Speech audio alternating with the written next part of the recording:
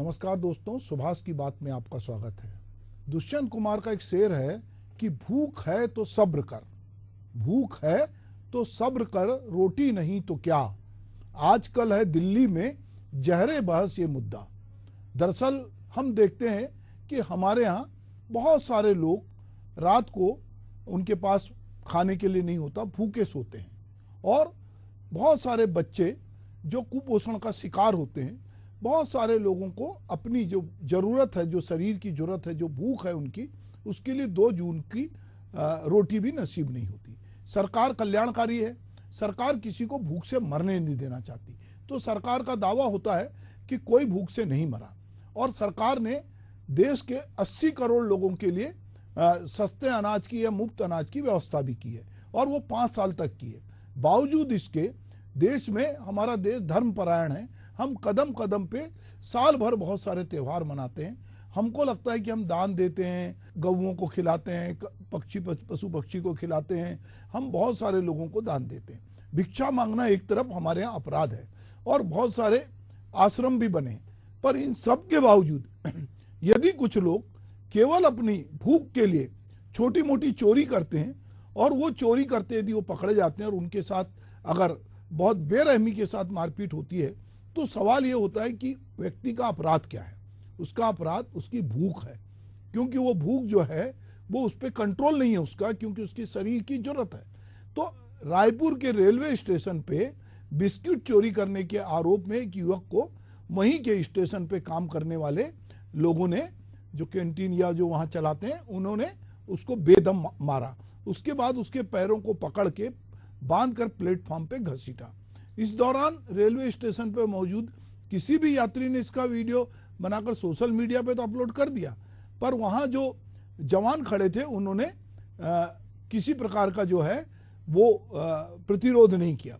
मारपीट के दौरान वीडियो बनाने वाले शख्स पूछ रहा है कि कहाँ से हैं आप लोग, तो युवक को घसीटने वाला शख्स कह रहा है ये चोर है भैया, दुकान से चोरी करता है। प्लेटफॉर्म 5 से प्लेटफॉर्म पर बड़ी संख्या में यात्री और आरपीएफ के जवान मौजूद थे, लेकिन युवक को घसीटने वाले शख्स को किसी ने नहीं रोका और उसके बांध के घसीटा। चलिए इसका वीडियो मैं आपके साथ साझा करता हूं। पहले ये वीडियो देखिएगा, उसके बाद हम इस पर बातचीत करेंगे।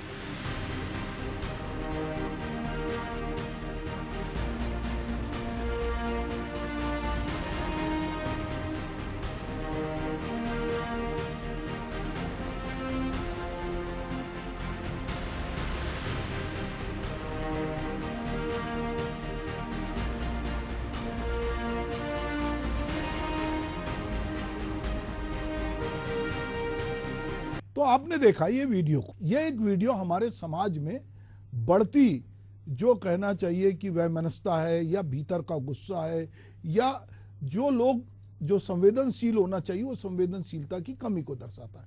हम अक्सर देखते हैं कि कहीं पर किसी स्त्री को कोई मार रहा है या उसका पति मार रहा है, तो लोग कहते हैं उनके घर का मामला है। कभी हम देखते हैं कि कुछ गुंडे मोहल्ले में कुछ लोगों को परेशान कर रहे हैं, तो भी लोग चुप रहते हैं। कहीं पे किसी का एक्सीडेंट हो जाता है तो उसको उठाने लोग नहीं आते। ऐसे तो समाज कहता है कि वो बहुत धर्मपरायण है, ईश्वरवादी है, बात बात में वो ईश्वर की दुहाई देता है, पर वो ऐसे समय चुप्पी साधता है। हर किसी अत्याचार अन्याय के खिलाफ समाज में एक तरह की चुप्पी है, और ये चुप्पी बहुत भयावह है। दरअसल क्यों? क्योंकि ये जो लोगों को लगता है कि अरे इसने चोरी किया, कोई ये नहीं समझ रहा है कि बिस्कुट का एक पैकेट क्यों चुरा रहा था। अगर कोई आदमी, क्या बिस्कुट उसकी पूरी खुराक को पूरा कर देता? दरअसल हम ये देख रहे हैं कि हमारे समाज में कुछ लोग बहुत खाए पिए हैं, उनके पास वो डाइटिंग कर रहे हैं, उनके पास मतलब अपने शरीर में बहुत सारी चीज़ों को खपाने की क्षमता खत्म हो गई है। पर एक दूसरी तरफ एक बड़ा वर्ग है जिसको जो जरूरत है वो खाने नहीं मिल रहा है। आंकड़े कहते हैं कि हमारे देश में कुपोषण से जो है 18.7% जो है वो बच्चे जो है कुपोषण के शिकार हैं।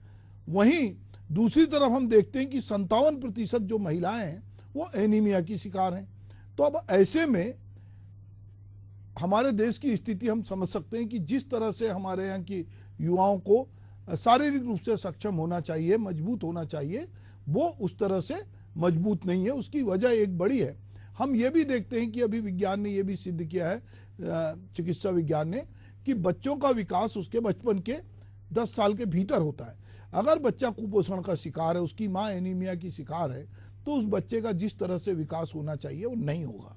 दूसरी तरफ अभी हमने देखा कि हमारे देश में एक बड़ी शादी हुई, उसमें कई तरह के पकवान बने, और वही शादी क्यों, तमाम वो शादियां जो थोड़े संपन्न लोगों की, उसमें कई तरह के पकवान बनते हैं, बहुत सारा खाना फेंकाता है, बहुत सारे भूखे लोग जो है बिना खाने के सोते हैं। निदा पाजली साहब का एक शेर है कि सारे दिन भगवान के क्या जुम्मा क्या पीर, जब तक सोए देर तक भूखा रहे फकीर।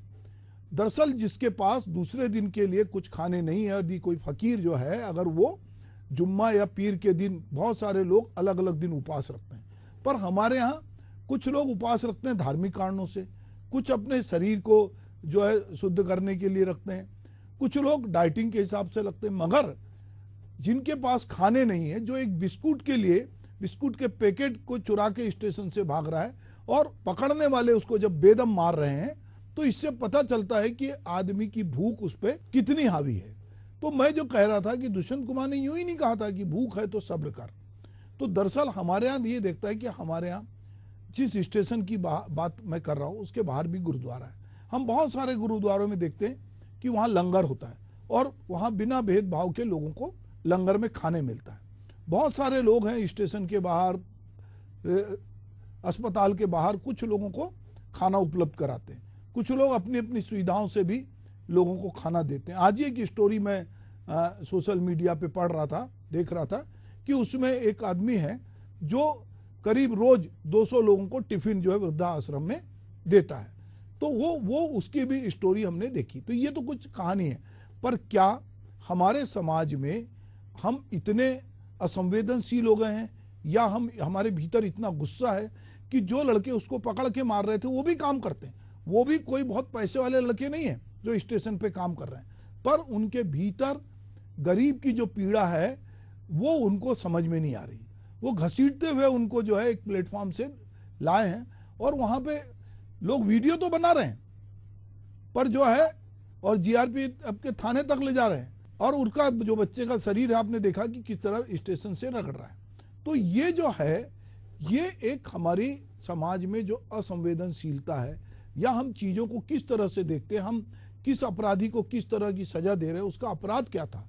अगर वो आदमी, जो हमारा संविधान कहता है कि हर आदमी को जीने का हक है, उसको भोजन का हक है, पर क्या वो वाकई में भोजन का हक उसको मिल रहा है? क्या वो जी पा रहा है? क्या वो जो हमारी अभिव्यक्ति की आज़ादी, उन आज़ादी को कर पा रहा है? संविधान में जो हमको मूलभूत अधिकार है, क्या उसकी रक्षा हो पा रही है? अगर किसी बच्चे को शिक्षा का अधिकार है तो उसको क्या शिक्षा मिल रहा है? रोजगार का अधिकार है तो उसको रोजगार मिल रहा है? जीने का अधिकार है उसको, तो क्या जीने के लिए जो जरूरी चीजें हैं वो मिल रही हैं? तो नहीं मिल रही। तो जब ये घटनाएं होती हैं तो ये घटनाएं चौंकाती हैं। हम अब अखबारों से, मीडिया से भूख से मरने की खबरें लगभग गायब हैं। इसलिए गायब हैं कि कोई ये मान नहीं सकता कि इस देश में जो खाद्यान्न सुरक्षा है उसमें इतनी बढ़िया व्यवस्था है, पीडीएस की इतनी अच्छी व्यवस्था है, लोगों के लिए खाने सस्ते दर पे भोजन भी उपलब्ध है, उसके बावजूद लोग एक बिस्कुट का पैकेट छुड़ा के भाग रहे हैं, या लोग रोटी के लिए बैठे हैं।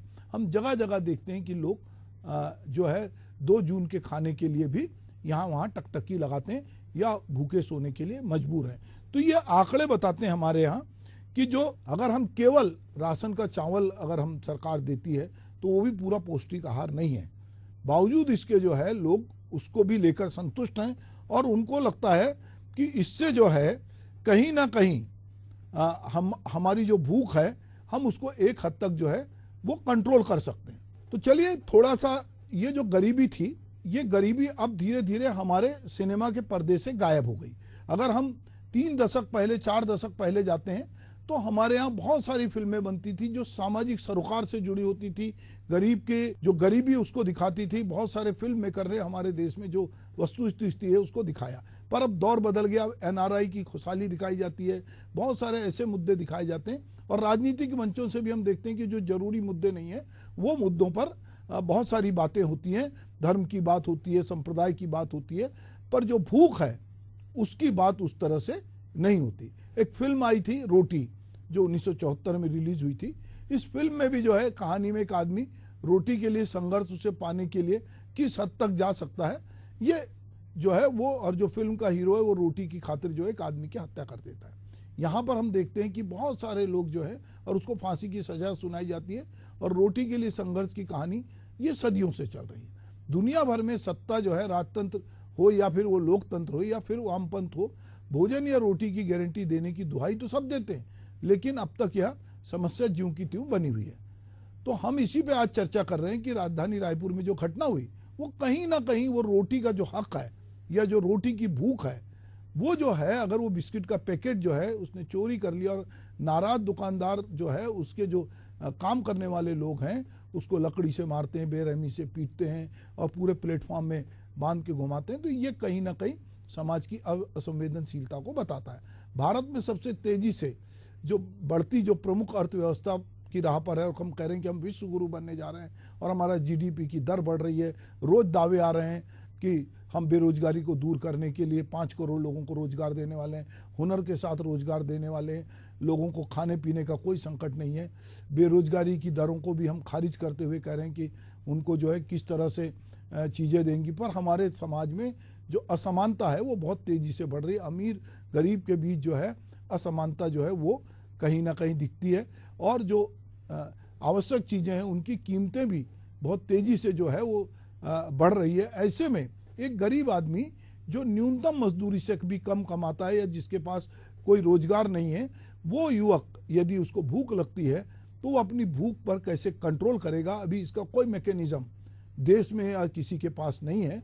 और हम देख रहे हैं कि इस तरह की घटनाएं जो हैं, भूख से बहुत लोग कई लोग तो काबू कर लेते हैं पर बहुत सारे लोग काबू नहीं करते। वर्ल्ड इक्विलिटी 2022 के डाटा के अनुसार बढ़ती गरीबी के साथ भारत दुनिया के सबसे असमान देशों में से एक था।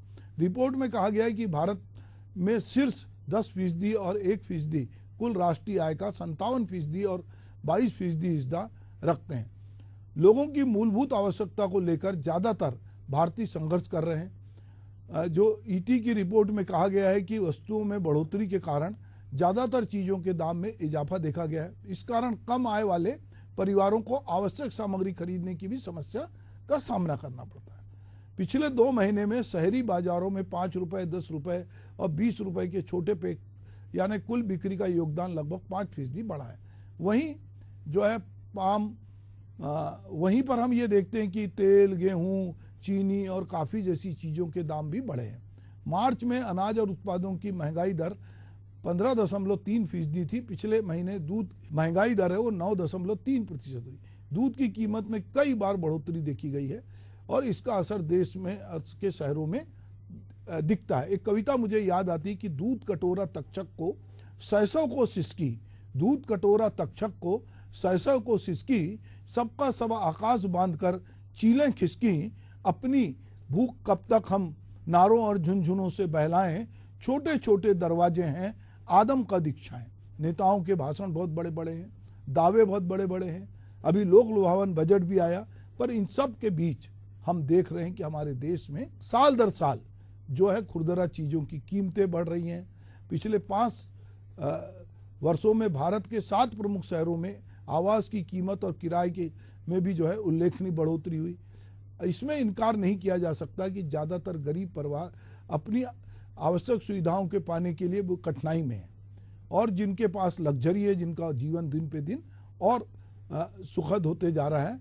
तो ये सूची के मुताबिक हम ये देख रहे हैं कि जो पूरे देश में जिस तरह की रिपोर्टें आ रही हैं, तो अगर ग्लोबल हंगर इंडेक्स की सूची की बात करूं तो भूखमरी के शिकार देशों में भारत का स्थान जो है 94 नंबर पे। हालांकि पिछले साल की तुलना में इसके स्तर में कुछ सुधार हुआ है। इसके बावजूद आर्थिक जो रूप से जो कमजोर माने जाने वाले पड़ोसी देश बांग्लादेश, म्यांमार और पाकिस्तान में भी से भी भारत पीछे है। रिपोर्ट के मुताबिक भारत की 14% आबादी कुपोषण की शिकार है। आमतौर पर भूखमरी का कारण खराब बुनियादी ढांचे के कारण उन क्षेत्रों में भोजन पहुंचाना मुश्किल हो जाता है या असंभव हो जाता है, वहां भोजन की कमी होती है। सड़क की खराब स्थिति के कारण देश के एक क्षेत्र के लोग भूख से मर रहे होते हैं, जबकि दूसरे क्षेत्र में भोजन प्रचुर मात्रा में होता है।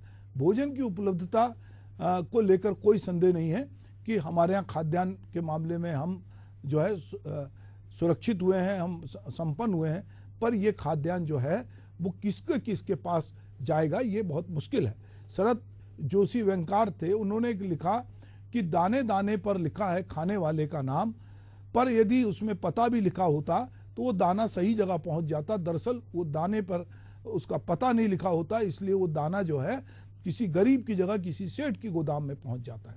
तो ये मामला भूखमरी से जुड़ा है, ये आदमी की जरूरतों से जुड़ा है। अब ऐसे में यदि एक युवक बिस्कुट का पैकेट चुराता है और अपनी भूख के लिए वो इस तरह से मार खाता है, तो ये हमारे सभ्य समाज के लिए निश्चित रूप से एक चिंता की बात है। ये तो एक घटना है जो हमारे सामने आती है, ऐसी सैकड़ों घटनाएं जहाँ पे बच्चे भूख के लिए, अपनी ज़रूरत के लिए छोटी मोटी चोरी करते हैं, हेरा फेरी करते हैं, या फिर अगर जिनमें इस तरह की हिम्मत नहीं होती वो रात को भूखे सोते हैं। तो देखें कि हम किस तरह संवेदनशील होंगे। आंकड़े कुछ भी कहें पर हकीकत रेलवे स्टेशन की घटना बयान कर रही है। नमस्कार।